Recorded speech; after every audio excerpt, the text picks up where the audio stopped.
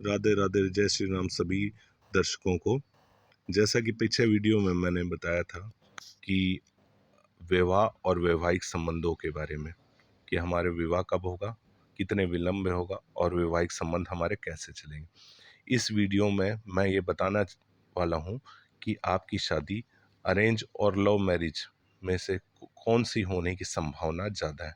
तो ये हमें जो हमारा हाथ दिख रहा है उसके अंदर विभिन्न चिन्ह बने हुए हैं जो दर्शाते हैं कि हमारे जातक की लव मैरिज और अरेंज मैरिज होने के चांसेस कितने ज़्यादा हैं। तो सबसे पहले, अगर हमारे हाथों में गुरु पर्वत के ऊपर इस प्रकार की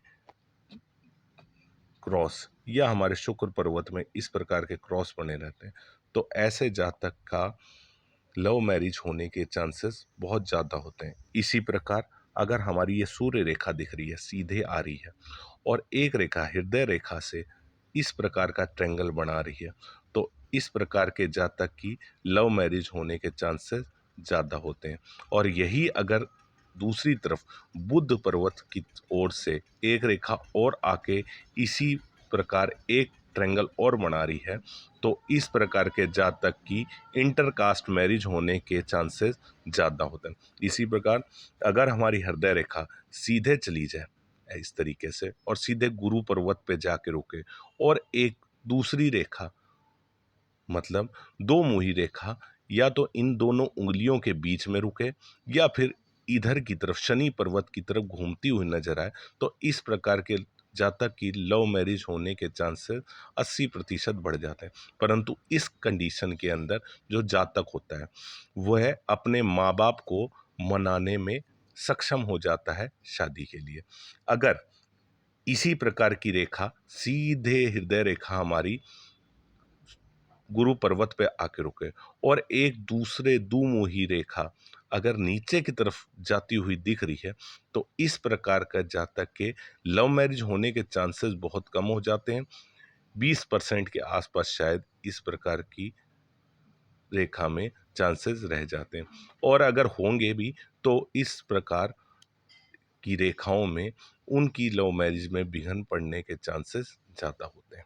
अच्छा, अगर हम बात करें अरेंज मैरिज की, तो इस प्रकार की जो रेखा हृदय रेखा सीधी की सीधी गुरु पर्वत की तरफ चली जाती है, वह जातक की अरेंज मैरिज ही होती है। लव मैरिज होने के चांस लगभग ना के बराबर हो जाते हैं। अगर इसी प्रकार अगर ये रेखा यहाँ शनि पर्वत पे ही आके रुक जाती है, यहीं कट जाती है, शनि पर्वत पे ही रुक जाती है, तो इस प्रकार का जातक बहुत ही ज़्यादा विचार विमर्श करने वाला होता है, मतलब कि क्रॉस क्वेश्चनिंग करने वाला। तो इस प्रकार के जातक की भी अरेंज मैरिज होने के ही चांस ज़्यादा होते हैं। अगर मैं बात करूं कि अगर ये रेखा थोड़ी सी मस्तिष्क रेखा की तरफ मुड़ जाती, सीधे यहाँ से, यहाँ नहीं, सीधा यहाँ से आती हुई मस्तिष्क से, तो इस प्रकार के जातक के भी अरेंज मैरिज होने के चांसेस ज़्यादा होते हैं।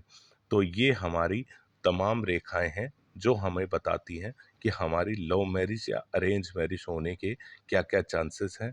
और तो मैंने जैसे बताया कि सीधी रेखा हमारे गुरु पर्वत पे जाती है या फिर यहाँ रुक जाती है, या फिर कुछ हृदय रेखा जो है मस्तिष्क रेखा की तरफ झुकी हुई होती है, तो यहाँ अरेंज मैरिज होने के चांसेस ज़्यादा होते हैं। और अगला वीडियो मैं शनि पर्वत और शनि पर्वत पे होने उत्पन्न रेखाओं और चिन्हों के बारे में बताऊंगा, जिसका हमारे भाग्य पे क्या प्रभाव पड़ता है। तो कृपा करके इस चैनल को लाइक करिए, सब्सक्राइब करिए, शेयर करिए और कमेंट करिए। जय श्री राम।